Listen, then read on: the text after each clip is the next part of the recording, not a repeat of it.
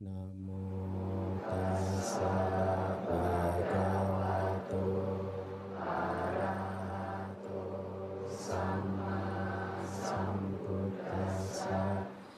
Namo tassa bhagavato arahato sama sambuddhassa. Namo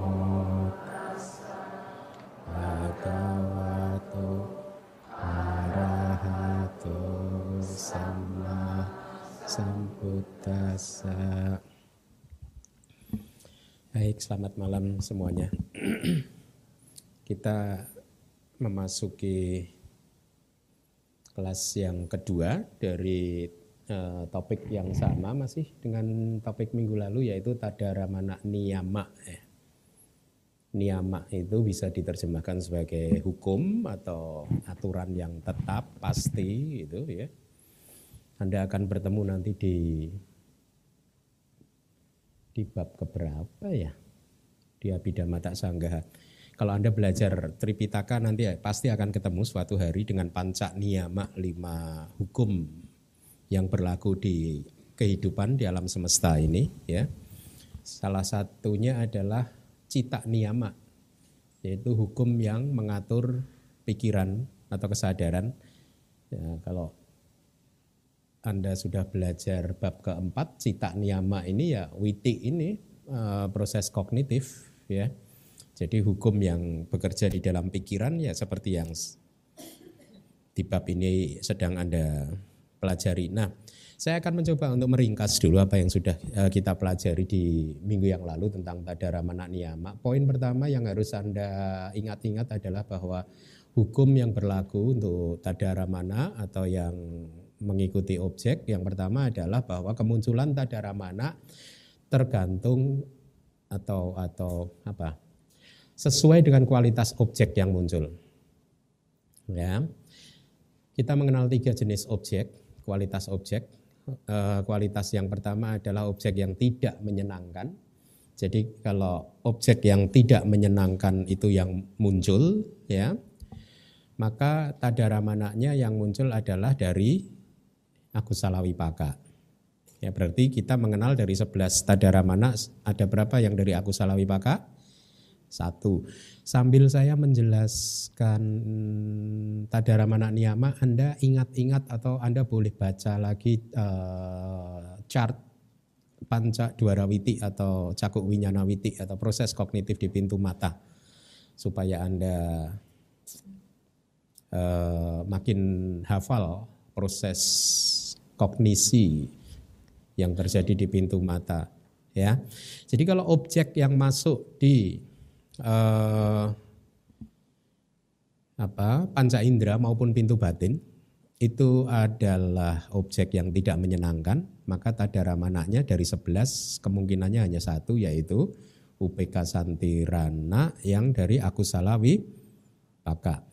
Tetapi kalau objeknya menyenangkan saja, tidak sangat menyenangkan, cukup menyenangkan ya, maka Tadaramananya kemungkinannya yang muncul dari 11 Tadaramana, yang 1 kan dari akusala wipaka ya.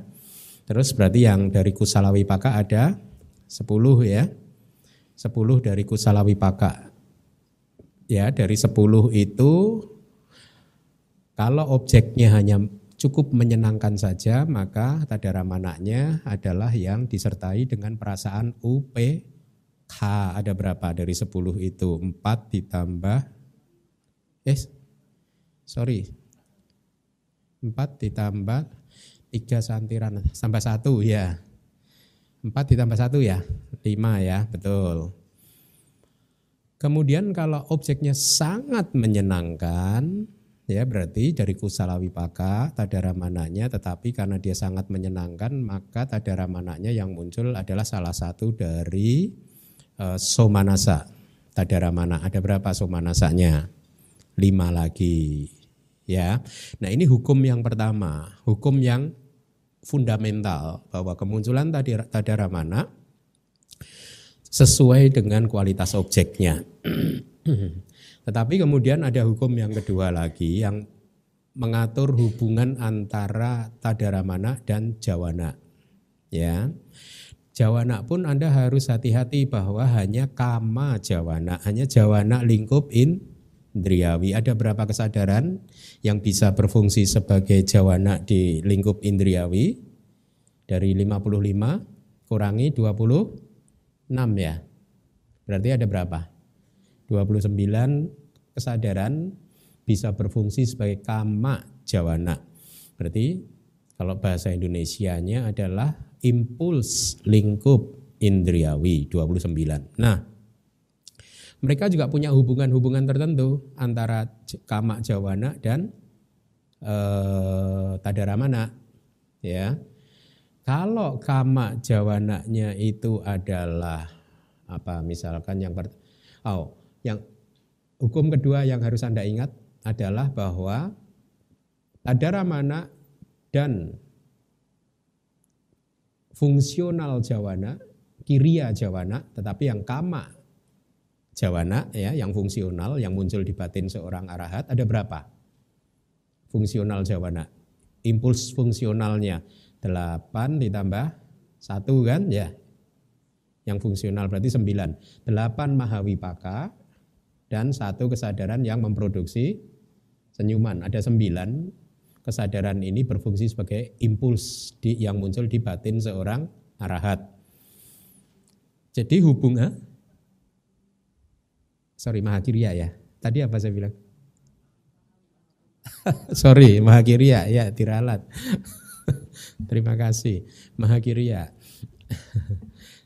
Nah, kalau fungsional jawana ada hubungannya lagi, berkaitan kadang-kadang ya secara umum ya itu berhubungan erat apabila fungsional jawananya itu disertai dengan perasaan somanasa, maka tadaramananya juga dengan somanasa. Kalau fungsional jawananya itu yang kama jawana ya, itu UPK, maka tadaramana yang mengikutinya adalah juga UPK. Nah, pertanyaan saya, kan dari UPK tadaramana itu ada satu yang akusala wipaka. Ya toh? Kapan akusala wipaka ini muncul mengikuti fungsional impuls fungsional atau kiriya jawana? Kapan? Mudah, hukum yang pertama yang diingat-ingat. Kalau objeknya adalah objek yang tidak menyenangkan, ya. Jadi pada saat arahat mengalami objek yang tidak menyenangkan, ya, maka tadaramananya yang muncul dari UPK. Jadi ini secara umum, meskipun di dalam Sutta Pitaka juga sering dijelaskan, di Abhidhamma juga dijelaskan bahwa apabila arahat itu menghendaki, ya, maka terhadap objek yang sangat menyenangkan beliau tetap bisa UPK, stay equanimous. Ya, jadi tetap equanimous, tetap seimbang, tenang seimbang. Perasaannya juga tenang, batinnya juga tenang seimbang begitu. Ya, bisa saja itu. Makanya tadi saya katakan secara umum. Nah, hubungan antara kama jawana dan juga tadaramana yang berikutnya adalah kalau jawananya adalah dosa mula cita. Nah, Anda harus ingat ya. Karena dosa mula cita itu perasaannya kan yang menyertai apa? Doma nasa. Nah, akan ada masalah apabila jawana yang dosa mula cita ini muncul ya berkaitan dengan objek yang sangat menyenangkan. Berkaitan dengan objek yang tidak memunculkan tadaramana. Tidak memunculkan tadaramana. Ya, kalau objeknya itu tidak memunculkan tadaramana itu hanya muncul di objek apa? Hanya di dua kualitas objek. Kalau di pintu panca indera, dia hanya muncul berkaitan dengan objek yang sangat besar saja. Kalau di pintu batin, dia hanya muncul di objek yang terang saja. Ya, hanya dua objek ini saja, dua kualitas objek ini yang bisa memunculkan tadaramana. Nah, kalau domanasa, jawananya domanasa atau dosa mula cita atau kesadaran yang berakar pada kebencian yang muncul, maka tadaramana yang mengikuti yang mana?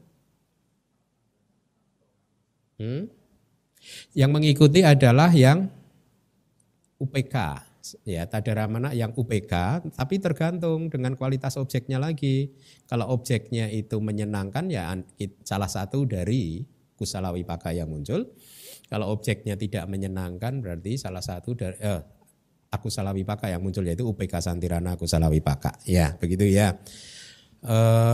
Saya tadi agak mencampur adukkan dengan agantuka bawangga ya. Agantuka bawangga itu bawangga tamu, bukan di sini. Ini hubungan antara jawana dan tadaramana. Kalau dosa mula cita, maka tadaramananya tidak bisa yang somanasa.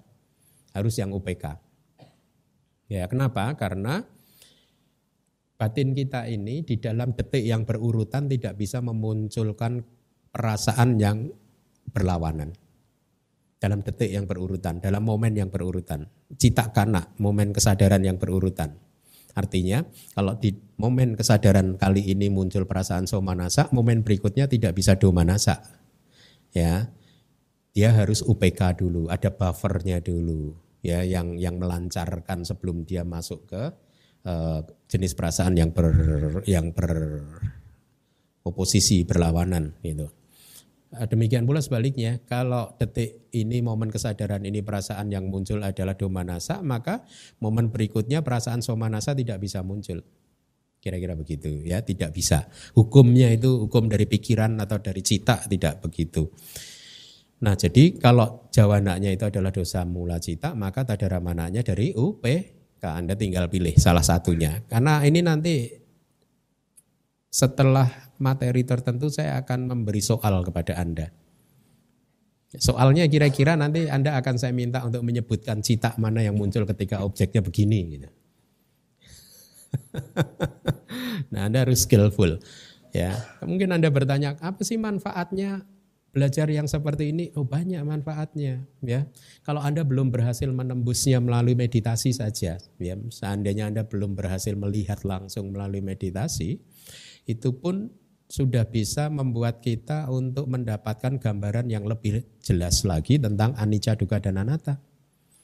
Dan dengan demikian batin akan lebih ringan. Kita akan bisa menjalani kehidupan ini dengan lebih ringan lagi. Banyak beban psikologis akan selesai. Ya, banyak manfaatnya. Baik, itu tadi dosa mula cita 2. Ya, kalau sekarang jawananya adalah 10 akusala cita, ya berarti tadaramana yang bisa mengikuti yang mana? Semua. Tinggal Anda tentukan sesuai hukum yang sudah saya sebutkan tadi. Ya, Anda pertimbangkan dulu objeknya apa, menyenangkan, sangat menyenangkan atau tidak menyenangkan. Ya, kemudian misalkan ya itu paling ya pertimbangannya hanya itu. Objeknya saja. Ya, jadi salah satu dari 11 tadaramana bisa mengikuti 10 akusala jawana. Ya. Baik. Itu rangkuman dari kelas kita minggu lalu ya, saya harap Anda menghafalkan hukum tersebut ya. Mari kita lanjutkan. Tidak ada keharusan setelah impuls atau jawana yang terkait dengan pengetahuan atau nyana sampayuta diikuti oleh tadaramana yang juga terkait dengan pengetahuan, tidak ada keharusan. Ya, jadi kadang jawananya itu nyana sampayuta, tetapi tadaramananya bisa saja yang nyana wipayuta atau bahkan mungkin yang akusala wipaka, bisa. Tidak ada. Jadi hukumnya ya hanya tadi yang sudah saya sebutkan. Mudah kan ya? Ya. Hal ini karena untuk seseorang yang terbiasa mengalami impuls atau jawana akusala cita, ya, pada suatu saat ketika dia mengalami impuls kusala, jadi ini bercerita tentang orang yang batinnya itu negatif, ya, melihat apa saja selalu komplain, ya, selalu mengeluh karena terbiasa impulsnya itu akusala, ya, seperti lalat itu, hinggap kemana pasti ke sampah, ke kotoran, ke luka. Lalat itu gitu kan, mencarinya kotoran. Pikiran atau kupu-kupu, hinggapnya di bunga. Pikiran Anda lalat atau kupu-kupu? Kadang lalat, kadang kupu-kupu sih pasti. Nah ini yang menarik, ini satu pemahaman yang mendalam bahwa ternyata jawana kita, sebenarnya yang lebih yang membuat menentukan kualitas kedamaian, kebahagiaan atau penderitaan kita itu di momen jawana ini loh sebenarnya. Dan jawana ini adalah sesuatu yang bisa Anda pilih, bukan sesuatu yang tidak bisa Anda pilih. Ya, makanya ini salah satu manfaat belajar Abhidhamma, ya. Jadi buat seseorang yang negatif, batinnya negatif karena selalu melihat sisi buruk, sisi negatif, ya selalu komplain ini, komplain itu gitu. Itu artinya impulsnya itu sering muncul akusala cita, jawananya. Pada suatu saat ketika dia mengalami suasana hati yang positif, berarti impulsnya kusala, maka bisa saja tadaramananya karena sudah terbiasa berpikir negatif adalah tanpa akar, bayangkan. Paham ya? Jadi karena tidak ada hukum yang mengatur antara yang disertai dengan pengetahuan dan tadaramana. Jadi bisa saja impulsnya kusala dengan pengetahuan ya atau 3 akar, tetapi tadaramananya adalah tanpa akar, bisa saja terjadi. Jadi hukumnya ya tadi, Anda ingat-ingat saja yang sudah di awal sudah saya sampaikan ya. Meskipun impulsnya adalah 3 akar. Kemungkinan yang lain atau untuk seseorang yang terbiasa mengalami impuls kusala atau batinnya itu sangat positif ya, selalu sering ya kita melihat teman kita ya itu sangat positif di dalam menilai sesuatu gitu ya. Jadi buat orang-orang seperti itu yang mempunyai sifat sangat positif, selalu melihat segala sesuatu dari sisi yang positif, itu makna dari impuls kusala. Pada suatu saat ketika dia mengalami impuls akusala, maka bisa saja tadaramananya adalah 3 akar karena biasa muncul, gitu ya. Bisa saja, bisa juga tidak, ya karena tidak ada hukumnya. Ya, ini masalah kebiasaan saja, gitu. Ya. Mari kita lanjutkan. Oleh karena itu yang berwarna kuning itu dari syair Abhidhamma Sanggaha, itu penjelasan dari kitab sub komentarnya adalah setelah impuls yang disertai dengan antipati, artinya dosa mula cita, kesadaran yang berakar pada kebencian, ya. Apabila tidak ada kemunculan tadaramana, nah ini berkaitan dengan agantuka bawangga ini. Apabila tidak ada kemunculan tadaramana, sedangkan dia adalah seseorang yang mempunyai kesadaran penyambung kelahiran kembali disertai dengan sukacita. Somanasa patisandi. Ya, padahal ini jawananya sedang muncul adalah dosa mula cita, antipati, ya, patiga. Berarti kan perasaannya apa? Perasaannya domanasa kan, ya. Setelah momen kesadaran yang ketujuh dari dosa mula cita yang berfungsi sebagai jawana lenyap, karena tidak ada tadaramana, berarti arus kesadaran kan jatuh ke bawangga lagi. Ya, minggu lalu juga sudah saya terangkan ini, jatuh ke bawangga lagi. Nah, kesadaran bawangga adalah kesadaran yang identik sama ya jenisnya dengan kesadaran pati sandi atau kesadaran penyambung kelahiran kembali. Nah, padahal kesadaran penyambung kelahiran kembalinya adalah somanasa. Jawananya domanasa, berarti kan bawangga yang somanasa tidak bisa muncul, ya. Maka UPK Santirana muncul untuk satu momen kesadaran mengambil objek kecil yang biasa dialami sebelumnya di dalam kehidupan ini. Ya, objek kecil itu objek lingkup indriawi. Apa saja objek lingkup indriawi itu? 54 kamawacara cita, 52 cetasika, dan 28 rupa. Ya, mungkin dia teringat kalau objeknya itu tidak menyenangkan, dia teringat pada kebenciannya yang muncul kemarin atau minggu lalu gitu ya. Jadi itu diambil lagi objeknya. Atau kalau objeknya sedang menyenangkan maka dia ingat pada saat mungkin berdana ya, mendengarkan dhamma gitu dengan perasaan yang sukacita gitu, kira-kira seperti itu ya. Jadi objek kecil yang biasa muncul di dalam kehidupan ini ya, bukan dari kehidupan yang sebelumnya. Ya, itu juga poin. Ya. Jadi objeknya di dalam satu proses kognitif khusus ini ya, agantuka bawangga atau bawangga tamu, ada dua objek yang berbeda. Ya kan? Proses kognitifnya sendiri mengambil satu objek, tetapi agantuka bawangga atau bawangga tamunya mengambil objek yang berbeda. Ya. Jadi UPK Santirana, kan kita mengenal ada berapa dari Tadaramana? 11 Tadaramana ada berapa UPK Santirana? 2 kan? Yang mana? Lagi tergantung objeknya. Kalau objeknya tidak menyenangkan berarti yang akusalawi paka. Kalau objeknya menyenangkan berarti yang kusalawi paka. Kira-kira seperti itu. Ini penjelasannya. Nah, Anda ketemu dengan bahasa Palinya itu, lihat di layar. UPK Santirana di sini disebut sebagai agantuka bawangga, faktor kehidupan yang kebetulan, tapi sering juga diterjemahkan jadi faktor kehidupan yang faktor kehidupan tamu. Dia sebagai tamu saja, sedang berkunjung nanti pulang lagi begitu, kira-kira begitu ya. Nah, kalau agantuka kebetulan, berarti dia hanya kebetulan pada momen kali itu dia berfungsi sebagai bawangga, kira-kira begitu maknanya. Makna agantuka ya kebetulan itu. Ya tamu juga bisa. Kalau di dalam winaya itu ada agantuka biku sedang datang. Berarti biku tamu sedang berkunjung, kira-kira seperti itu. Ya. Cita tersebut yaitu UPK Santirana muncul sebagai peredam atau penyangga antara doma nasa dan soma nasa serta berfungsi untuk melancarkan jalan kembali menuju ke arus faktor kehidupan yang normal. Paham ya? Jadi agantuka bawangga kita terjemahkan jadi Anda bisa menerjemahkan ke dalam dua terjemahan, faktor kehidupan tamu ya atau juga faktor kehidupan kebetulan. Yang kebetulan ya.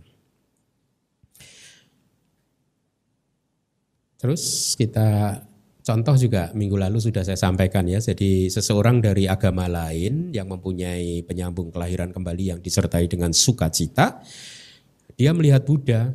Seharusnya kan objeknya Buddha secara natural itu kan objek yang sangat menyenangkan karena beliau adalah makhluk suci kan? Ya. Tetapi karena apa? Kenapa bisa domanasa? Karena distorsi dari persepsinya, maka reaksinya impulsnya, jawananya adalah domanasa. Ya, padahal penyambung kelahiran kembalinya dia adalah disertai dengan perasaan sukacita. Nah, Anda harus tetap memahami bahwa kalau Tadaramana tidak muncul berarti objeknya itu bukanlah objek besar, sangat besar.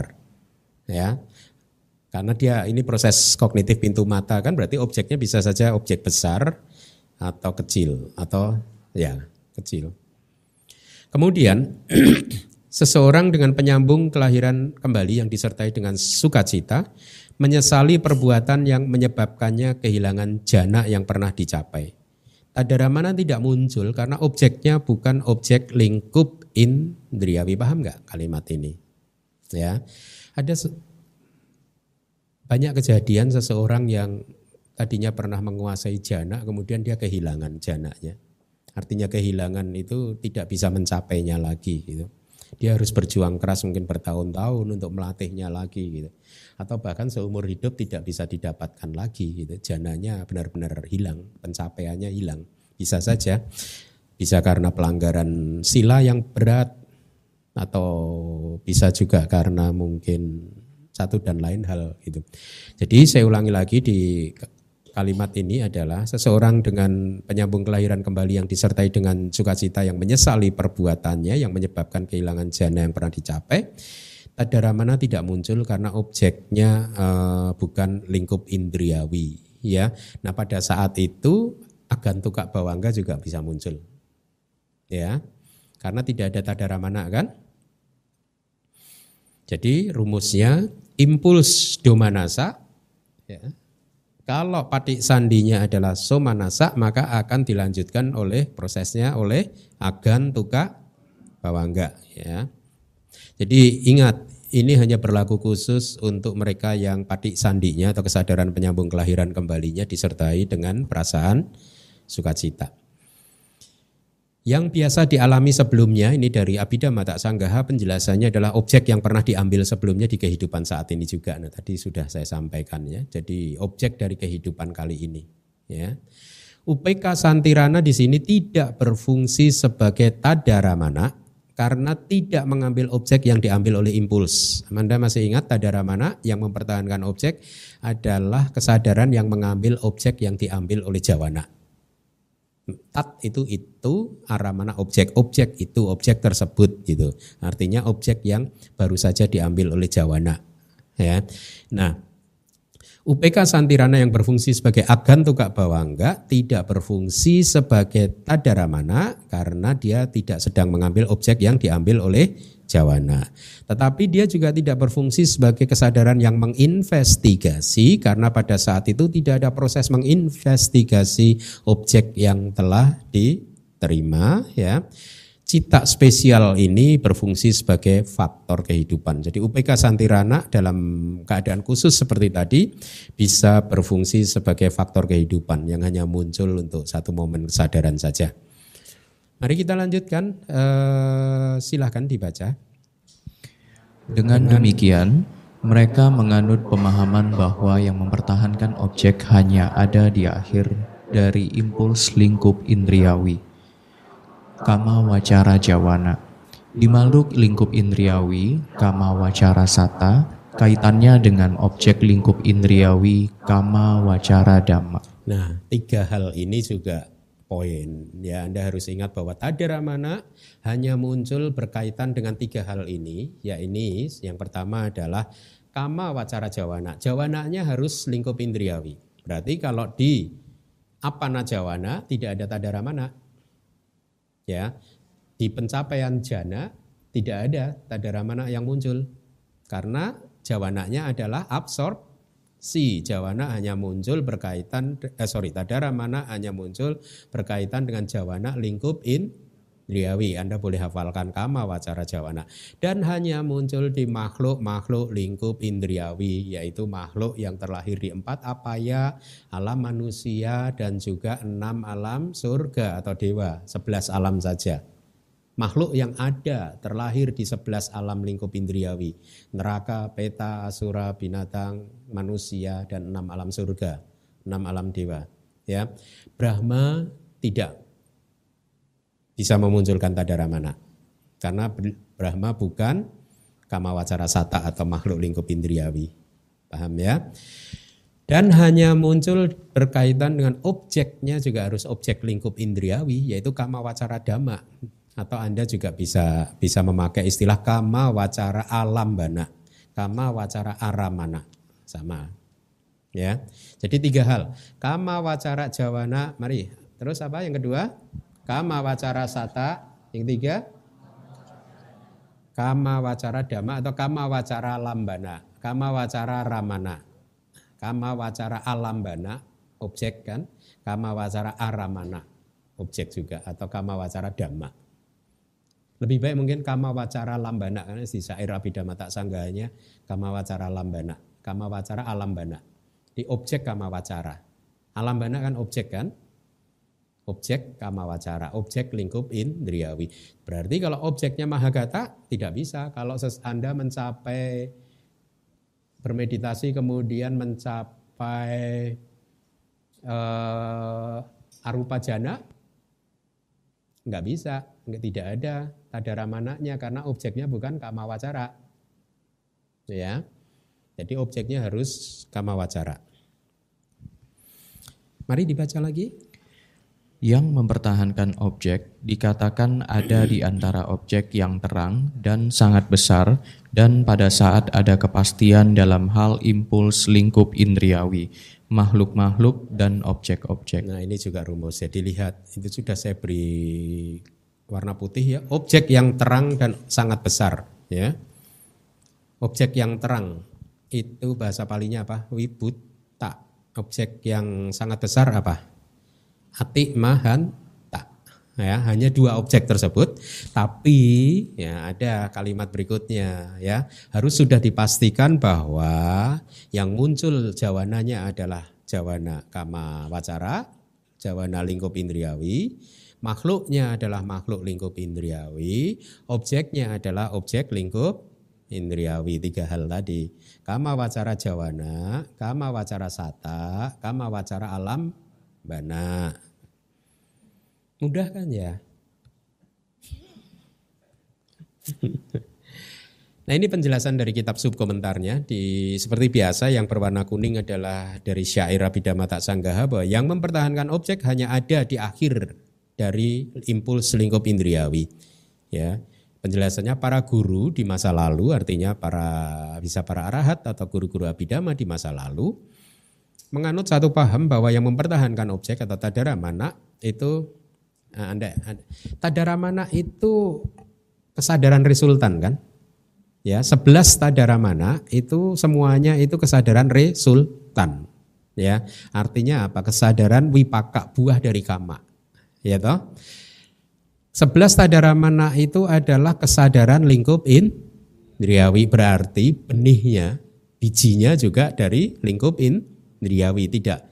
Bijinya bukan dari kesadaran lingkup materi halus ataupun lingkup non materi ataupun kesadaran adi duniawi, ya. Bijinya juga dari lingkup indriawi, buahnya juga lingkup indriawi. Jadi tadaramana adalah buah dari karma lingkup indriawi, ya. Makanya di situ lihat yang lahir dari kama yang bersumber dari nafsu terhadap objek-objek indriawi. Kalau Anda masih ingat di kelas-kelas awal itu saya menyampaikan kepada Anda istilah kama wacara itu terdiri dari 2 kata. Kama plus awacara, ya. Kama awacara dulu saya jelaskan. Awacara itu mengembara ke sini ke sana gitu. Ya. Berjalan-jalan ke sini ke sana gitu di wilayah tertentu gitu, kira-kira awacara itu begitu ya. Wandering about, roam about gitu ya, itu kama awacara. Kama bisa diartikan ke dalam 2 makna, aktif dan pasif ya. Aktif itu apa? Berarti aktif itu adalah nafsu-nafsu yang berkaitan dengan panca indera, dengan lingkup indriawi, itu kan lingkup panca indera gitu. Ya, nafsu yang mengejar objek panca indera itu kama. Kalau diartikan secara pasif berarti kama adalah sesuatu yang dikejar oleh nafsu, yaitu apa? Kelahiran di surga. Lahir di surga, lahir sebagai manusia yang kaya raya. Ini juga semuanya kan juga berkaitan dengan panca indera, kepuasan panca indera. Maka di situ Anda menemukan yang lahir dari kama yang bersumber dari nafsu terhadap objek-objek indriawi atau objek-objek panca indera. Ya, jadi tadaramana adalah efek buah resultan dari karma yang bersumber pada nafsu yang mengejar objek-objek panca indera. Kepuasan untuk menikmati kenikmatan atau kepuasan panca indera kita. Ya. Jadi saya ulangi lagi, para guru menganut paham bahwa yang mempertahankan objek karena tadaramana adalah resultan yang lahir dari kama yang bersumber dari nafsu terhadap objek-objek indriawi, maka tadaramana hanya ada di akhir dari impuls lingkup indriawi. Ini penjelasan dari 3 poin tadi, akhir dari kama wacara jawana kan. Nanti akan diberi perumpamaan yang indah di kitab itu ya, kita lihat nanti. Dhamma yang dihasilkan oleh kama yang disebabkan oleh nafsu terhadap objek indriawi, ya, ini bercerita tentang tadaramana ya, yang dihasilkan oleh kama yang disebabkan oleh nafsu terhadap objek indriawi, tidak muncul seketika setelah impuls materi halus, impuls non materi dan impuls adi duniawi yang secara alamiah berbeda, ya, dan bukan kesadaran-kesadaran ini yang memproduksi tadaramana, ya. Alasannya karena impuls tersebut bukanlah yang menghasilkan tadaramana, juga tidak sama dengan dhamma yang menghasilkannya, artinya juga tidak sama identik dengan mahakusala, cita atau akusala cita. Misalkan begitu ya. Tidak sama dengan tadi kan karmanya yang memproduksi adalah kama lingkup indriawi kan, kama wacara cita kan. Dari kelompok kama wacara cita, padahal tadi dari kelompok rupa wacara cita, arupa wacara cita dan di duniawi tidak sama kan ya. Nah contohnya itu dari kitab komentar.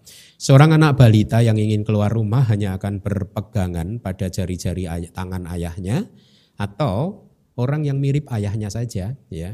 Anak tersebut tidak akan memegang jari tangan ayahnya seseorang yang sama sekali berbeda. Misalkan raja atau menteri gitu, itu dari kitab subkomentar. Artinya adalah biasanya kalau di masa lalu raja atau menteri kan mempunyai outfit atas seragam pakaian yang berbeda kan. Jadi mereka anak itu mungkin tidak mengenalinya, jadi tidak mau berpegangan tangan pada tangan-tangan raja atau menteri gitu. Ini hanya perumpamaan bahwa Tadaramana hanya mengikuti kama jawana ya, yang identik saja gitu. Demikian pula Tadaramana yang berproses dengan objek selain yang menjadi objek bawangga. Ini apa ini? Demikian pula Tadaramana yang berproses dengan objek selain yang menjadi objek bawangga, artinya ya objek yang lain atau pada saat itu berfungsi sebagai Tadaramana, tidak berfungsi sebagai bawangga. Mengikuti impuls yang tidak baik, akusala jawana, dan impuls yang baik lingkup indriawi, kama wacara kusala jawana, yang telah menghasilkannya. Ya, jadi Tadaramana hanya mengikuti impuls akusala ataupun impuls kama wacara kusala. Ya. Atau impuls yang mirip yaitu fungsional kiriya, tapi yang kama wacara. Mirip kan, sama-sama kama wacaranya meskipun hanya muncul di meskipun fungsional itu muncul hanya di batin seorang arahat, tetapi mirip berasal dari lingkup indriawi atau kama wacara. Tetapi Tadaramana tidak muncul, tidak mengikuti impuls yang lebih tinggi yaitu impuls rupa wacara atau impuls arupa wacara, atau ini lebih tinggi ini adalah mahagata, atau impuls adi duniawi yang sama sekali berbeda dengan dirinya, yaitu seperti anak kecil yang tidak akan memegang tangan raja ataupun menteri karena berbeda sama sekali dengan ayahnya kan? Ya. Gitu. Itu perumpamaan saja ya. Jadi poinnya adalah bahwa Tadaramana hanya mengikuti kama wacara jawana. Kita lanjutkan. Benih penyambung kelahiran kembali di lingkup indriawi, berarti patik sandi yang memproduksi patik sandi lingkup indriawi adalah penopang yang sangat kuat, penopang yang sangat menentukan. Bahasa palingnya upanisaya. Nanti Anda bertemu di bab ke-8 ini. Upanisaya pacaya atau pengkondisian yang sangat kuat gitu. Untuk Tadaramana. Jadi artinya Tadaramana itu ditopang dengan sangat kuat oleh patik sandi. Benih penyambung kelahiran kembali di lingkup indriawi adalah penopang yang sangat menentukan untuk Tadaramana. Ya, itulah mengapa Tadaramana hanya ada pada makhluk lingkup indriawi. Karena tadi patik sandinya adalah lingkup indriawi, bukan pada Brahma. Ini penjelasan untuk kenapa Tadaramana hanya muncul di makhluk lingkup indriawi. Kalau tadi yang pertama kan penjelasan untuk kenapa Tadaramana hanya muncul mengikuti kama wacara jawana. Kalau yang ini penjelasan untuk makhluk lingkup indriawi. Dengan demikian, objek dari Tadaramana pun adalah objek lingkup indriawi, bukan dari objek yang lain yang dia tidak akrab. Ya, perumpamaannya adalah anak balita yang pergi dengan ayahnya atau yang mirip dengan ayahnya tidak akan mengikuti mereka lagi apabila mereka ini atau dia pergi menuju ke tempat yang tidak dikenalnya. Ya, seperti misalnya masuk ke hutan dan lain sebagainya. Anak tersebut hanya akan mengikuti apabila dia pergi ke tempat yang dikenalnya seperti halaman depan rumah dan lain sebagainya. Ya. Ini hanya perumpamaan saja bahwa Tadaramana hanya akan muncul mengambil objek lingkup indriawi. Selanjutnya, Demikian pula, tadara mana tidak akan mengikuti impuls yang berproses dengan bergantung pada objek yang tidak dia kenal seperti objek lingkup indriawi, dengan perumpamaan yang tadi, ya. Lebih jauh lagi, karena dihasilkan oleh kama yang terikat dengan nafsu indriawi, ya. Paham ya? Karena 11 tadara mana adalah 11 kesadaran resultan lingkup indriawi, ya. Kama, wacara, wipaka, citta, ya. Wipaka resultan hasil dari karma, ya. Berarti artinya benih yang melahirkannya adalah karma lingkup indriawi. Maka tadara mana hanya eksis atau hanya ada berkaitan dengan objek kecil, yaitu objek lingkup indriawi, kan, ya, yang menjadi objek dari nafsu keinginan terhadap objek indriawi, yang menjadi objek nafsu-nafsu kita untuk mencari kepuasan, kenikmatan objek-objek panca indera kita, ya. Jadi saya harap Anda mendapat clue-nya, mendapat poinnya, ya. Jadi saya ringkaskan, ini hukum tadara mana. Seperti anak kecil, tadara mana mengikuti impuls yang melahirkannya atau yang mirip, tidak dengan yang sama sekali berbeda dengan dirinya. Dan sudah saya beri warna kuning itu, Anda hafalkan bahwa tadara mana hanya akan mengikuti kama, wacara, jawana. Dikarenakan tiadanya biji, yaitu kesadaran penyambung kelahiran kembali, tadara mana tidak ada pada makhluk Brahma, ya, karena kesadaran penyambung kelahiran kembalinya berbeda. Ya, bijinya berbeda. Penyambung kelahiran kembali lingkup indriawi adalah bijinya untuk tadara mana. Jadi tadara mana hanya akan mengikuti kama, wacara, satta atau makhluk lingkup indriawi. Seperti anak kecil yang mengikuti seseorang ke tempat yang dia akrab, dia kenal, demikianlah berdasarkan kekuatan dari nafsu keinginan, tadara mana tidak ada di tempat lain. Artinya tadara mana tidak ada di apa ini? Objek-objek yang lebih tinggi ataupun adi duniawi, kama, wacara, dhamma, ya. Dibaca silakan. Dikatakan bahwa yang mempertahankan objek muncul berkaitan dengan objek yang terang dan sangat besar ketika ada kepastian tentang impuls lingkup indriawi, kama jawana, makhluk lingkup indriawi, kama sata, dan objek lingkup indriawi, kama alambana. Nah, Anda lihat yang terakhir kama alambana itu disambung. Sebenarnya kalau dipisah kama plus alambana. Kalau disambung jadi kama alambana. Ya, kama alambana, objek lingkup indriawi, ya. Baik, kita lanjutkan materi berikutnya, sub bab berikutnya dari bab keempat adalah puggala beda. Nah, Anda mulai familiar dengan bahasa Pali, ya. Puggala itu individu, ya, individu, orang per orang, makhluk per makhluk, satu makhluk itu. Beda ya beda. Bahasa Indonesia juga mengenal kan kata beda, kan? Ya, di sini saya terjemahkan menjadi perbedaan di dalam individu.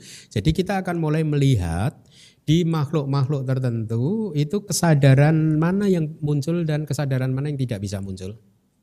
Ya, dengan demikian Anda tidak akan lebih bisa mengerti tentang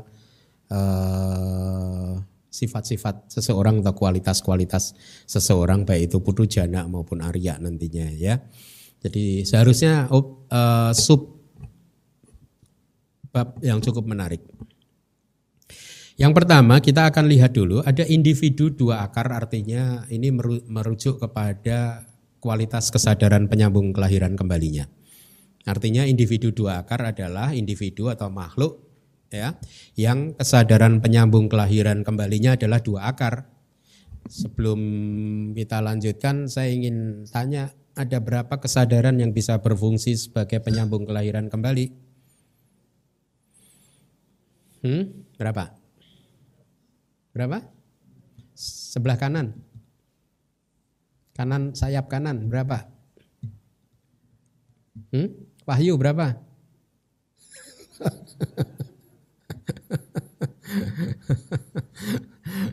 Tengah berapa tengah? 19, apa saja? 19 kesadaran yang bisa berfungsi sebagai penyambung kelahiran kembali, apa saja?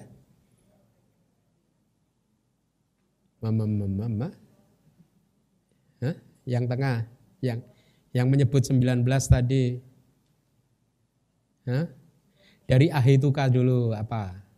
2 UPK Santirana, 1 akusala wipaka, 1 kusala wipaka. Kemudian 8 mahavipaka berarti udah 10. Terus 5 rupa wacara wipaka. Betul kan? Terus 4 arupa wacara wipaka berarti 2 tambah 8 tambah 5 tambah 4 berapa anak-anak? Ya bagus, bisa ya. Nah dari 19 kesadaran yang bisa berfungsi sebagai patik sandi winyana atau patik sandi cita, berapa kesadaran yang disertai dengan 2 akar? Dari 19. Ya? Berapa kesadaran yang hanya disertai dengan 2 akar? 4 apa saja? Mahawipaka yang nyana wipayuta, bagus. Jadi dari 19 kesadaran tadi ada 4 kesadaran yang hanya disertai dengan 2 akar, yaitu loba dan dosa, tidak ada amoha, tidak ada kebijaksanaan. Ya, ada manusia juga yang manusia 2 akar ya begitu, karena akarnya tidak ada amohanya, tidak ada kebijaksanaannya ya begitu-begitulah gitu. Ya, ada kan? Nah, sekarang Anda pelan-pelan mulai mengerti ini. Kenapa? Kita bicara tentang manusia, ada manusia yang pandai, ada manusia yang tidak pandai, ya toh?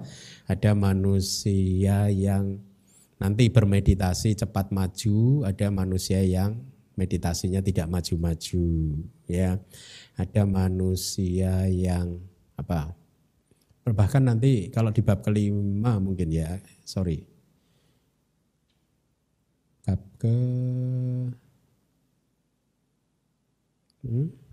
kelima, ya, akan dibahas. Ada manusia yang terlahir cacat sejak lahir. Ya, itu karena patik sandinya sangat lemah. Ya, dia lahir sebagai manusia, sebagai buah dari karma baik, tetapi karma baik sebagai bijinya, powernya kurang kuat. Sehingga pada saat masuk ke kandungan ibunya terjadi pembuahan itu karena bijinya itu tidak kuat, tidak berhasil memunculkan mata sehingga dia buta sejak lahir. Tidak berhasil memunculkan telinga sehingga dia tuli sejak lahir. Tidak berhasil mengembangkan otak secara normal sehingga dia lahir idiot. Itu dan lain sebagainya. Nanti mungkin di bab kelima mungkin kita belajar ini ya. Nah sekarang Anda pahami dulu individu 2 akar artinya adalah makhluk yang terlahir dengan patik sandi winyananya atau kesadaran penyambung kelahiran kembalinya disertai dengan 2 akar yaitu aloba dan adosa tanpa amoha ya. Dan individu yang tanpa akar ya, artinya individu yang kesadaran penyambung kelahiran kembalinya tanpa akar. Ya, jadi kita bahas dulu individu 2 akar dan individu yang tanpa akar gitu ya. Silakan dibaca. Selanjutnya, di sini untuk mereka dengan 2 akar dan tanpa akar tidak mendapatkan impuls fungsional dan impuls absorpsi. Lihat, mereka yang kesadaran penyambung kelahiran kembalinya itu disertai dengan 2 akar atau tanpa akar, di sepanjang kehidupannya tidak akan pernah bisa memunculkan impuls absorpsi ya dan juga impuls fungsional ya. Kalau yang impuls fungsional sudah mudah untuk ditebak karena kalau seseorang tidak bisa memunculkan impuls absorpsi dia tidak bisa memunculkan impuls maga juga yang maga cita maga pala tidak bisa muncul ya, dia tidak bisa menjadi orang. Tidak hanya arahat tetapi dia tidak bisa mencapai pencerahan bahkan sebagai sotapana juga apalagi menjadi sotapana mencapai jana juga tidak bisa ya. Kenapa? Karena bijinya tidak cukup kuat karena kesadaran penyambung kelahiran kembalinya hanya disertai dengan 2 akar atau bahkan tanpa akar ya. Penjelasannya di subbab ini akan dipelajari proses kesadaran atau witi cita yang muncul di 12 jenis individu. Nah, Anda hafalkan dulu, ternyata di dalam Abhidhamma semua makhluk di dalam samsara ini dibedakan menjadi 12 individu yang berbeda. Yang pertama klasifikasi untuk makhluk biasa yaitu putu jana, ya, ada 4 putu jana, ya, yang terdiri dari makhluk 2 akar, makhluk tanpa akar, artinya ini tanpa akar yang terlahir di alam yang tidak baik. Yang pertama itu, ya. Paham ya? Makhluk 2 akar, makhluk tanpa akar yang terlahir di alam yang tidak baik, artinya yang terlahir di 4 alam apaya, neraka, peta, asura, binatang. Mereka yang lahir di 4 alam yang rendah itu kesadaran penyambung kelahiran kembalinya adalah tanpa akar. Tapi dari akusalawi paka. Kemudian ada lagi makhluk tanpa akar yang terlahir di alam tanpa kebahagiaan. Berarti yang satu tadi adalah yang tanpa akar tapi di alam bahagia. Ya tadi terlahir sebagai manusia tapi cacat, ya. Dan makhluk 3 akar, ya. Jadi lihat ada berapa makhluk putu jana? 4, ya. Dibedakan menjadi makhluk 2 akar. 1, makhluk tanpa akar tapi terlahir di alam yang bahagia. Makhluk tanpa akar terlahir di 4 apaya, dan makhluk 3 akar. Atau kalau Anda list daftarnya dari yang tanpa akar juga bisa. Dugati ahituka, dugati, du itu jelek, gati itu destination atau alam yang tidak bahagia. Dugati ahituka, sugati ahituka, su itu baik, gati itu destination atau alam bahagia. Ahituka tapi 2 akar, 3 akar, 4 kan? Berarti putu jana makhluk yang belum tercerahkan atau makhluk biasa diklasifikasikan menjadi 4 individu yang berbeda, yaitu apa tadi? Dugati ahituka pugala, kalau mau bahasa palinya pelan-pelan, karena lebih nyaman kalau Anda mulai akrab dengan bahasa palinya. Saya yang ngajar terutama lebih nyaman.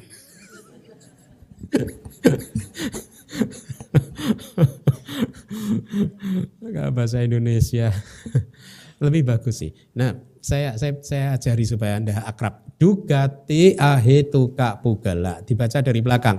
Individu tanpa akar yang lahir di makhluk alam tidak bahagia. Sugati ahituka pugala, individu tanpa akar yang lahir di alam bahagia. Kemudian dwi hetuka pugala, individu 2 akar. Ti hetuka pugala, individu 3 akar. 4 kan ya? Ya. Tadi kita bicara ada 12 klasifikasi, berarti yang 8 adalah makhluk suci, makhluk yang sudah mencapai maga dan pala. Ya. Maga dan pala. Nah, kita mengenal berapa tingkat kesucian? 4. Dari 4 tingkat kesucian itu dipecah lagi menjadi maga dan pala. Jadi 1 tingkat kesucian dipecah menjadi 2, yaitu magata pugala atau individu jalan, dan palata pugala, itu ada di bahasa itu, di layar ya, yaitu individu buah. Ya, berarti dari 4 makhluk, 4 Arya dibedakan berdasarkan jalan dan buah, kita mendapatkan 8 individu kan, yaitu apa? Sotapati magata pugala atau individu jalan sotapati, sotapati palata pugala, individu buah sotapati, sakadagami magata pugala, individu jalan sakadagami, sakadagami palata pugala, individu buah sakadagami, anagami magata pugala, individu jalan anagami, anagami palata pugala, individu buah anagami, arahata magata pugala, individu jalan arahata, arahata palata pugala, individu buah arahata. 8 tambah tadi 4, 12. Nah, Anda kemudian Pahami, 8 individu ini berlaku pada momen mana saja. Pada saat kemunculan Sotapati Magga Cita, pada momen tersebut dia adalah Sotapati Magga Tak Pugala. Berarti individu jalan itu umurnya hanya 1 cita kana saja. Individu jalan umurnya hanya 1 momen kesadaran saja, yaitu pada saat kesadaran jalan muncul. Ya, pada saat kesadaran jalan muncul dia jadi individu jalan sesuai dengan tingkat pencapaiannya, entah Sotapati, Sakadagami, Anagami atau Arahata. Kesadaran jalan kan hanya muncul 1 momen kesadaran. Tapi kesadaran buah muncul 2 atau 3 momen kesadaran. Pada saat kesadaran buah muncul pertama kalinya, ya, maka dia sudah berubah menjadi Palata Pugala atau individu buah. Ya. Nah, individu buah ini lifetime-nya, durasinya, umurnya tidak 1 momen kesadaran, tetapi umurnya adalah sejak kemunculan buah tadi yang pertama kali sampai kemunculan magga yang lebih tinggi lagi. Berarti tidak bisa dipastikan kalau dia langsung berurutan mencapai momen pencapaian yang lebih tinggi, maka ya mungkin dalam hitungan jam dia berubah. Julukannya berubah, title-nya berubah. Paham ya? Saya beri ilustrasi. Jam 8:05 seseorang mencapai Sotapati Palak Cita. Ya. Kemudian lenyap Pacawekana Cita muncul untuk mereview pencapaian Sotapatinya. Kemudian dia melanjutkan lagi bermeditasi, masuk lagi ke dalam jana dan menggunakan jana sebagai landasannya. Dia berwipasana lagi, tidak lama kemudian dia mencapai Sakadagami Magga dan Pala. Katakanlah 1 jam kemudian dia mencapai Sakadagami Magga dan Pala. Maka setelah 1 jam berikutnya itu pada saat Magga, Sakadagami Magga muncul, dia sudah bukan Sotapati Palata Pugala lagi, bukan individu buah Sotapati, tetapi dia adalah Sakadagami Magga Pugala, Magga Tak Pugala. Paham ya? Jadi durasinya bisa 1 jam, bisa juga seumur hidup. Seseorang mencapai Sotapati jalan dan buah, Magga dan Pala, kemudian bermeditasi dilanjutkan tidak mencapai Sakadagami juga, seumur hidup berjuang tidak meningkat juga, sampai meninggal dunia tetap saja dia jadi Sotapati Palata Pugala. Tetap bisa lama, bisa 7 kehidupan. Ya kan, Sotapana kan maksimal 7 kali kelahiran kan, 7 kehidupan, setelah itu dia parinibbana. Nah, itu pemahaman Magga Tak Pugala dan Palata Pugala. Nah, sekarang saya ingin sampaikan kepada Anda, kalau Anda mengatakan seorang Sotapana, itu artinya Anda sedang menyebutkan seorang Sotapati Palata Pugala. Ya, Sotapati buah, individu Sotapati buah Sotapati.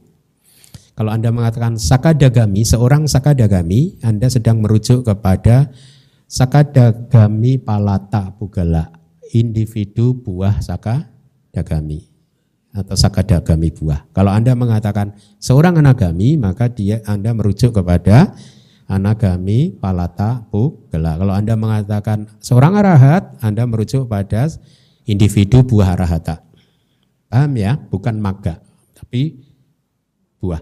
Jadi secara atau dengan penjelasan yang lain, Sotapana adalah seseorang yang sudah penuh menjadi Sotapana. Dikatakan penuh karena apa? Magga dan Pala sudah muncul. Penuh.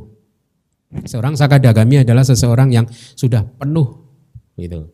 Pencapaiannya penuh karena Magga dan Pala Sakadagami sudah muncul. Demikian pula dengan Anagami dan Arahat. Ya, jadi bagus ya, tambah informasi. Semakin Anda pinter, semakin ilmu Anda bertambah, semakin memudahkan saya.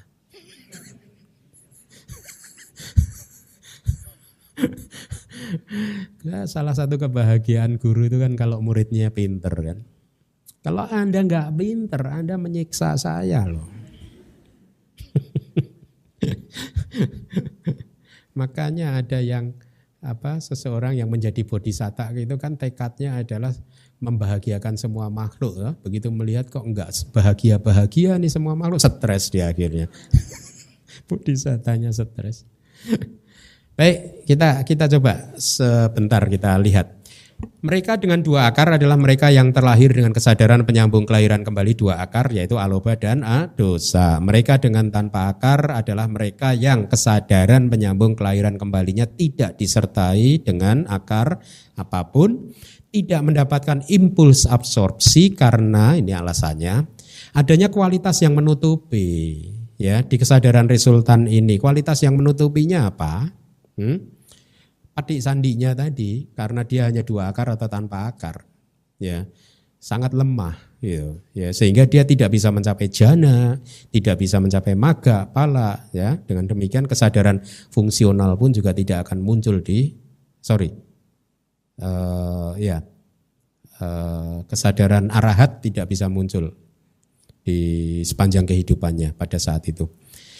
Dikatakan bahwa patik sandi dengan dua akar dan tanpa akar adalah resultan yang menutupi, ya. Jadi patik sandinya itu yang menutupi, tidak cukup kuat bahasa lainnya, ya.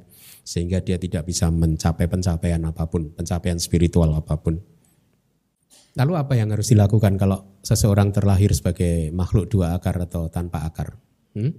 Tetap aja berjuang, nggak apa-apa, ya. Ya ibaratnya orang fitness kan. Nggak gede-gede nggak apa-apa, tapi terus gitu. Tapi yang penting fit. Nggak apa-apa supaya nanti di kelahiran berikutnya paraminya berkembangnya cepat.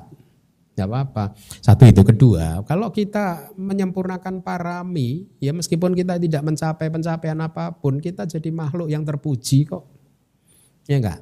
Makhluk yang murah hati, makhluk yang bermoral, menjunjung tinggi moralitas, makhluk yang dana sila nekama, ya yang tidak serakah, tidak bernafsu terhadap dunia ini dan lain sebagainya. Kita ada orang yang terpuji, orang yang baik, dan karena kita mempunyai melatih kualitas-kualitas yang baik tersebut, ya menjadi orang yang murah hati, mempraktekkan sila, moralitas dan seterusnya, kita pun jadi orang yang damai dan bahagia. Nah ini kunci kebahagiaan Buddhis. Mereka yang tidak tahu Buddhism, tidak mengerti ajaran Buddha, mereka mengejar dunia ini demi mendapatkan kedamaian dan kebahagiaan, tetapi setelah itu ternyata sia-sia saja. Dia tidak tahu bahwa justru dengan mempraktekkan dhamma-dhamma yang baik, kusala dhamma, kita bisa menjadi damai dan bahagia. Ya, jangan pernah berpikir bahwa Anda damai dan bahagia kalau Anda berhasil mendapatkan apa yang Anda cita-citakan. Dunia tidak akan pernah bisa membuat kita damai dan bahagia, tapi kualitas-kualitas cita yang baik inilah yang bisa membuat kita itu damai dan bahagia, dan itu tidak tergantung pada dunia. Tidak tergantung pada dunia. Kalau seseorang baru bahagia kalau kaya raya, berarti saya seumur hidup nggak mungkin bahagia. Ya enggak? Kalau seseorang baru bahagia kalau bisa mempunyai rumah di sini dan di sana, saya kembali lagi, saya juga seumur hidup nggak bisa bahagia. Saya nggak punya dan nggak bakal punya kayaknya seumur hidup ini. Udah kayak makhluk dua akar dan tanpa akar mengimpikan jana nggak bisa-bisa. Nah kayak saya ini mengimpikan punya rumah tapi nggak mungkin. Ya makanya, tapi saya cukup bahagia. Ya, artinya saya mengatakan ini untuk menginspirasi Anda supaya Anda bisa lebih damai dan bahagia menjalani kehidupan ini. Kembangkan kualitas-kualitas yang baik, maka Anda akan damai dan bahagia. Ya. Dikarenakan tidak bisa mendapatkan impuls absorpsi, maka arahata juga, jalan dan buah juga tidak bisa dicapai, maka kesadaran fungsional khususnya mahakiriya, rupa wacara kiriya, arupa wacara kiriya tidak bisa muncul. Inilah mengapa individu-individu dua akar dan tanpa akar tersebut tidak mendapatkan impuls fungsional. Ya, cukup disebut impuls fungsional ya, karena dari tanpa akar pun impuls fungsional adalah ini gara-gara lama nggak pakai bahasa Pali jadi lupa kan. Memproduksi senyuman hasitu pada cita. Ya, jadi cukup impuls fungsional gitu Anda sebutkan. Anda tahu kan impuls fungsional berarti hasitu pada cita. Kesadaran yang memproduksi senyuman, mahakiriya cita, rupa wacara kiriya cita, dan arupa wacara kiriya cita seumur hidup tidak bakal bisa muncul di arus batin makhluk atau individu dua akar dan tanpa akar. Satu lagi coba Apa ini? Silakan dibaca. Demikian pula, resultan yang terkait dengan pengetahuan tidak didapatkan di alam bahagia. Tat hanya nak sampai yuta wipakan ni cak sugati itu, lihat itu saya beri warna kuning, sugati tadi sudah saya sampaikan di awal ya.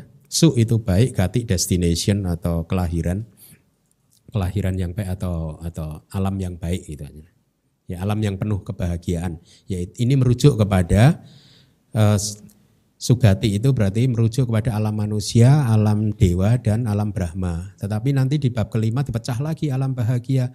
Kama wacara sugati, berarti merujuk hanya pada alam manusia dan 6 alam dewa. Ada juga alam Brahma, ya itu dipecah-pecah terus gitu. Tapi sekarang Anda hafalkan itu sugati. Ini bukan nama orang ya, tapi nama alam yang bahagia gitu ya. Nah Anda lihat demikian pula resultan yang terkait dengan pengetahuan tidak didapatkan di alam bahagia meskipun dia terlahir sebagai manusia ya. Tapi karena kesadaran tanpa akarnya itu lemah, maka tadaramananya, resultan kan, tadaramananya tidak bisa disertai dengan pengetahuan. Nah, mulai lebih masuk detail lagi kan. Anda baca itu, resultan yang terkait dengan pengetahuan tidak didapatkan di alam bahagia, artinya meskipun makhluk 2 akar atau tanpa akar tadi adalah manusia atau dewa bumi, ya karena dewa bumi itu dewa yang rendah itu juga bisa dengan 2 akar saja, ya. Tapi di sepanjang kehidupannya tadaramananya tidak bisa muncul yang disertai dengan pengetahuan. Paham ya? Kemudian silakan dibaca. Selanjutnya, resultan besar yang tidak terkait dengan pengetahuan tidak didapatkan di alam tidak bahagia. Nah ini ditambahkan lagi, kalau makhluk tadi adalah makhluk yang lahir di Dugati, itu saya beri warna kuning, yaitu salah satu dari 4 alam yang rendah, alam yang penuh ketidakbahagiaan, maka tidak hanya resultan yang disertai pengetahuan yang tidak bisa muncul, tapi resultan yang tidak disertai dengan pengetahuan juga tidak bisa muncul. Artinya apa? Makhluk di 4 alam apaya, 4 alam rendah tidak bisa memunculkan mahawipaka cita. Ini sesuai dengan pertanyaan Pak Aris kemarin kan saya jawab minggu lalu juga ya. Mahawipaka cita tidak muncul di arus batin makhluk yang terlahir di 4 alam rendah. Paham ya? Kalau yang 2 akar dan tanpa akar, yang tidak bisa muncul hanyalah yang disertai dengan pengetahuan. Ya, baik. Saya rasa kita hentikan di sini. Kalau ditambahi nanti Anda meledak. Sadu, sadu, sadu. Mandami Bante, bisa tolong jelaskan lagi yang syair 41 itu maksudnya itu hanya di tadaramananya saja ya maksudnya ya? Resultan yang disertai dengan pengetahuan kan kalau itu kan hanya dari mahawipaka saja kan? Sampai iya. Iya kan? Iya. Ya. Tidak didapatkan di alam bahagia. Iya. Jadi ini merujuk kepada makhluk yang terlahir di alam manusia ataupun dewa rendah ya, tapi patik sandinya hanya 2 akar. Ya, maka di sepanjang kehidupannya tadaramananya tidak bisa muncul dengan yang disertai pengetahuan. Kalau yang rupa wacara kusala sudah tidak dibahas lagi karena tadi di depan sudah disampaikan kan bahwa dia tidak bisa mencapai jana toh. Ya, enggak, kalau Mahamukti ini maksudnya sepanjang kehidupannya itu tidak akan bisa memunculkan resultan yang 3 akar. Resultan yang 3 akar. Gitu. Tapi mahakusala juga bisa, dia tetap. Mahakusalanya yang 2 akar? Tetap, enggak, mahakusalanya bisa dengan yang 3 akar toh. Kalau dia belajar pariyati terus, nah tahu kan cara memunculkan berdana yang disertai dengan 3 akar bagaimana, berdana yang itu ya dia bisa memunculkan. Tapi wipakanya enggak bisa. Resultannya saja, resultannya. Karena bijinya lemah. bijinya lemah. Bijinya hanya 2 akar dan tanpa akar. Jadi resultannya tidak bisa yang 3 akar. Gitu. Kasih, Bang. Ya. Ya Bante, saya mau nanya kalau Sotapanna itu kan 7 kali kehidupan lagi ya. Itu misalkan di kehidupan terakhirnya yang ke-6 misalkan dia menyimpang, gimana perbuatannya gitu? Apa dia nggak jadi mencapai nibbana atau gimana? Ya nggak bisa menyimpang. Kalau dia sudah masuk ke arus itu sudah tidak bisa melakukan kejahatan lagi. Kan batinnya sudah murni kan. Jadi kalaupun dia melakukan kejahatan, kejahatannya cukup lemah sehingga tidak bakal cukup kuat untuk memproduksi kelahiran kembali di 4 alam yang bawah. Artinya seorang Sotapanna masih bisa marah-marah. Seseorang Sotapanna masih punya nafsu, ya. Makanya dia masih bisa hidup berumah tangga, tetapi nafsu, kemarahan masih bisa sombong juga, ya. Karena kesombongan itu hancur di arahat. Anagami juga bisa. Ya. Hah? Kenapa? Kenapa? Di arahat. Iya kan? Iya di arahata. Hancur oleh arahata maga. Jadi artinya Sotapanna, Sakadagami dan Anagami juga masih mempunyai kesombongan, ya. Tetapi degree-nya beda. Sudah enggak kasar, sehingga karena tidak kasar, tidak kuat, maka kalaupun dia melakukan hal-hal yang tidak baik tersebut, maka kalaupun itu berbuah, tidak akan pernah cukup kuat untuk membuahkan kelahiran di 4 alam yang rendah. Jadi Sotapanna sih makanya disebut pengarung arus. Dia udah masuk ke arus, sudah diem aja dia udah sampai ke nibbana gitu. Gak bisa lompat lagi gitu. Keluar lagi gak bisa, udah kadung masuk arus. Ya. Oke. Ya, makasih Bante. Ya. Untuk Bante, itu tadi disebutkan dewa alam rendah itu bisa terlahir dengan 2 akar gitu ya. Kenapa bisa begitu ya? Padahal kan dia sudah level dewa gitu. Iya, tapi rendah. Oh, masih ya, masih dewa tertentu aja sih kayak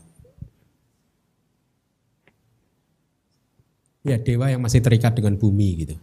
Yang rendah gitu. Terima kasih Bante.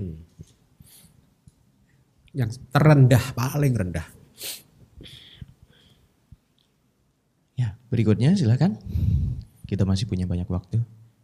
Yang sering juga dikatakan tuh asura gitu. Makanya asura itu ada 2 macam, asura dari apaya dan asura dari alam dewa. Nah, asura dari alam dewa itu tanpa akar.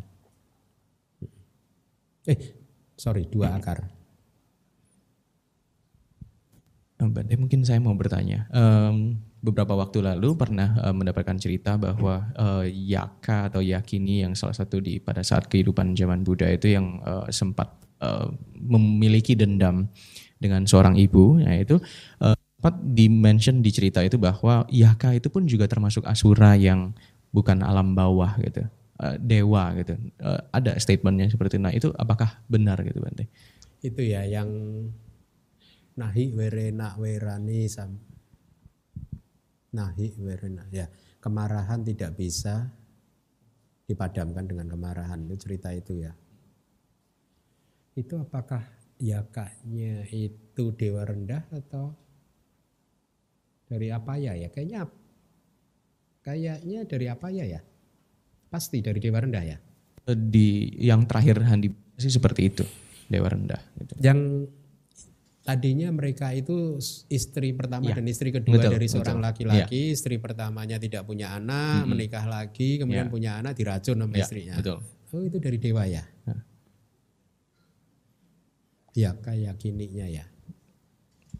Ada. Bukan dari asura ya? Bukan, makanya dulu waktu pernah membaca cerita ini juga beberapa kali sebelumnya itu bilangnya asura sempat. Nah tetapi yang terakhir Handi dapatkan itu disebutkan ini sampai dijelaskan ini Yaka atau Yakini kan yang wanita gitu. Nah ini merupakan berasal dari alam rendah gitu. Hah? Alam rendah? Dewa gitu. Dewa tetapi ini ya dewa aja sih, dewa yang terakhir. Gitu ya. Ya kalaupun benar berarti itu yang 2 akar tadi. yang masih masih terikat dengan bumi. Makanya hidupnya ya sama kita ini, gitu. Dia masih terikat dengan bumi, buma sita teri. Jadi nggak bisa jauh-jauh dari bumi. Kalau dewa yang sudah di atasnya itu kan hidupnya udah di atas sana, gitu.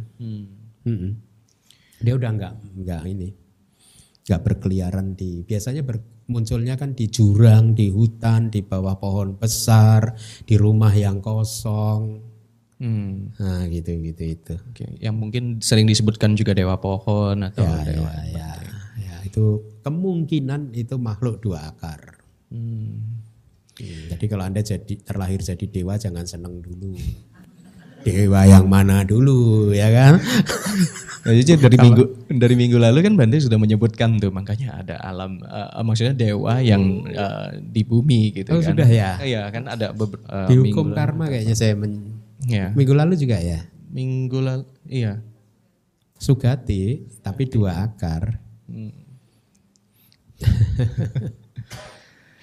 Ya, silakan ada yang mau bertanya lagi? Bab 5 nanti tentang hukum karma. Kita akan geber habis-habisan teori karmanya. Ya, menarik tuh. Anda akan puas dengan penjelasan hukum karma dari sisi Abhidhamma. Karena detail sekali. Harusnya menarik. Bab 5 semester depan tentang hukum karma. Beda dengan pariyati pasti. Lebih habis-habisan. Hah?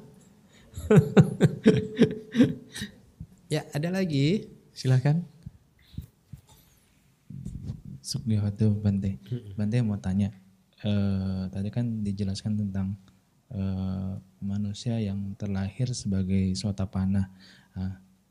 Bagaimana kita mengetahui orang ini sudah penuh maga dan palanya atau belum begitu? Terima kasih. Maksudnya kita mengenali seseorang gitu atau dianya sendiri? Mengenali seseorang itu. Ya, kalau berkaitan dengan pencapaian tingkat kesucian, ya, maka hanya mereka yang mempunyai tingkat kesucian sederajat atau lebih tinggi yang bisa mengenali orang lain yang pencapaiannya sederajat atau di bawahnya. Jadi yang bisa menilai seseorang ini sudah mencapai Sotapanna atau belum adalah orang lain yang juga Sotapanna atau Sakadagami, Anagami atau Arahat. Yang bisa menilai seseorang itu sudah menjadi Sakadagami atau belum adalah juga Sakadagami atau yang lebih tinggi. Ya. Sakadagami tidak bisa menilai seseorang sudah jadi Anagami atau Arahat, yang lebih di atasnya nggak bisa. Karena semata-mata di luar jangkauan kebijaksanaannya dia. Kebijaksanaan dia belum mencapai maga dan pala anagami, jadi belum bisa menakar istilahnya gitu. Ya. Jadi begitu, jadi hanya mereka yang mempunyai tingkat kesucian yang sama atau yang lebih tinggi yang bisa menilai. Kalau dirinya sendiri dia udah tahu. Ya, jadi kalau seseorang itu sudah mencapai tingkat kesucian Sotapanna, dia udah tahu. Dia sudah mencapai gitu. Tidak perlu tanya, saya udah belum ya. Saya kan pernah kan di Myanmar ada salah satu guru yang kebetulan kemarin waktu di kunjungan saya ke California yang kemarin itu saya kunjungi wiharanya gitu. Beliau dulu diklaim sering ceritanya beredar beliau sudah mencapai tingkat kesucian Sotapanna, tetapi waktu dia menyampaikan itu dia mengatakan bahwa dia tahu itu dari gurunya gitu. Jadi ya kalau benar dia tahunya dari gurunya ya berarti dia belum mencapai. Jadi dia harus tahu dia sudah mencapai. Karena ada review kan Pacawekana, review witiknya, proses kognitif yang mereview pencapaian dia sudah mencapai ini itu dia tahu gitu. Ya, tapi kalau orang lain harus yang tingkat kesuciannya sama atau lebih tinggi. Oke? Ya. Hah? Apinya ya juga dengan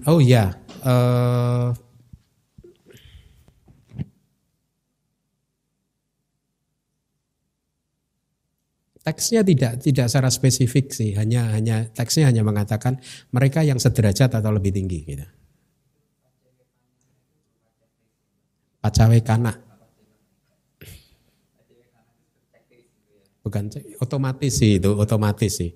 Setelah dia mencapai maga dan pala otomatis bukan diarahkan. Batinnya akan melihat. Otomatis memang itu alamiah sih. Dia akan langsung review, melihat kembali tadi apa ya? Bukan, udah mahakusala. Review, pacawekana itu jawananya adalah mahakusala dengan pengetahuan. Dia akan otomatis, tadi apa ya? Kemudian masuk lagi dicek, masih ingat kan? Akan kelihatan akhirnya, akan kelihatan. Nah itu guru yang skillful akan menguji. Kalau Anda kayaknya tadi saya mencapai, ya guru Anda tidak bisa dibohongin. Anda akan ditanya-tanya gitu. Kayak dokter ya, Bu dokter ya. Bu dokter saya flu. Nah, Anda nggak akan percaya dulu, cek dulu. Kayak gitulah kira-kira. Kalau gurunya pandai, dia tahu kok. Nanti dia akan, wah belum ini.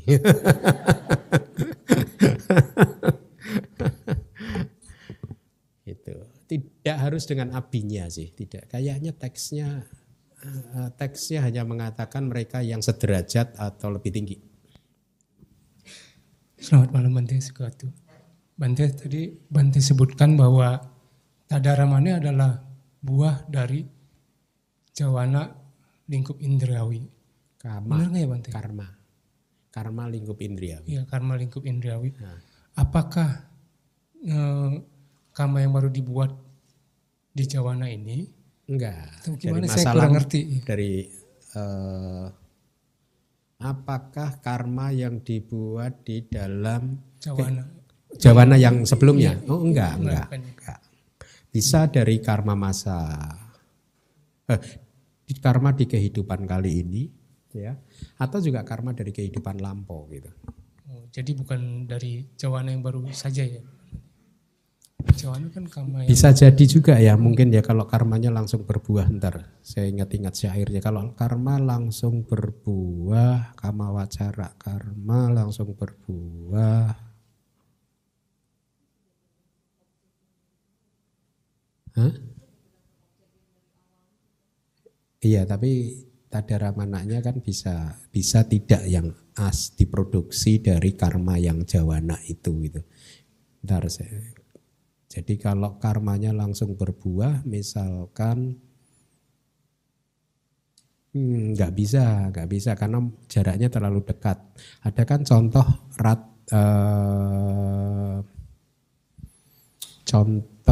perempuan desa yang kemudian jadi Ratu Malika waktu dia berdana kepada Buddha, tapi jaraknya kan jauh.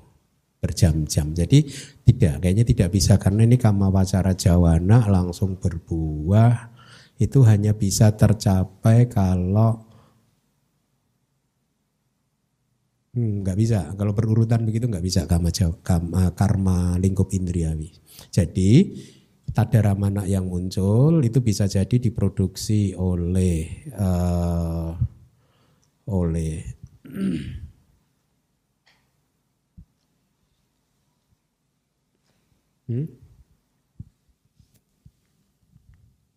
Sebentar. Bagus nih pertanyaannya.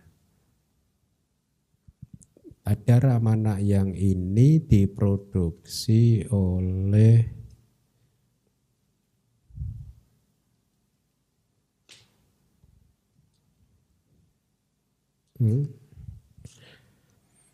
tidak harus oleh patik sandi, tetapi bisa juga dari karma-karma lingkup indriawi dari kehidupan kali ini. Atau juga bisa dari kehidupan yang sebelumnya. Tapi harus karma lingkup indriawi, tapi tidak bisa dari jawana yang baru saja lenyap gitu. Tidak bisa, jaraknya terlalu dekat, nggak bisa. Ya, berurutan nggak bisa. Gitu kan yang dimaksud, apakah itu diproduksi jawananya kan? Iya benar. Nah, apakah karma yang baru dibuat itu bisa tidak langsung bisa. berbuah di Bukan. Dari karma sebelumnya. Bisa dari kehidupan saat ini, bisa juga dari kehidupan yang sebelumnya. Kenapa? Kalau agantuka bawangga itu kan upeka santirana, nah itu kan dari kehidupan kali itu kan. Dari kehidupan yang sama kalau agantuka bawangga, tidak bisa dari kehidupan yang berbeda. Ya, tapi kalau tadaramana bisa dari kehidupan kali ini, bisa juga sebentar. Iya, bisa dari kehidupan kali ini atau kehidupan yang sebelumnya.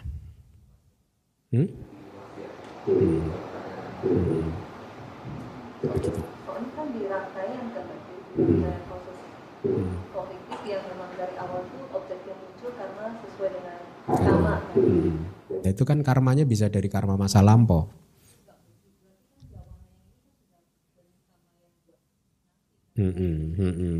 Ya, makanya tidak bisa langsung berbuah juga sih. Jadi objek panca inderanya itu bisa jadi buah dari karma dari kehidupan yang jauh sebelumnya. Tidak harus dari kehidupan sekarang. Mungkin 1 miliar tahun yang lalu bisa. Kira-kira begitulah untuk menggambarkan ininya, durasi ininya. Ya. Makasih Bante.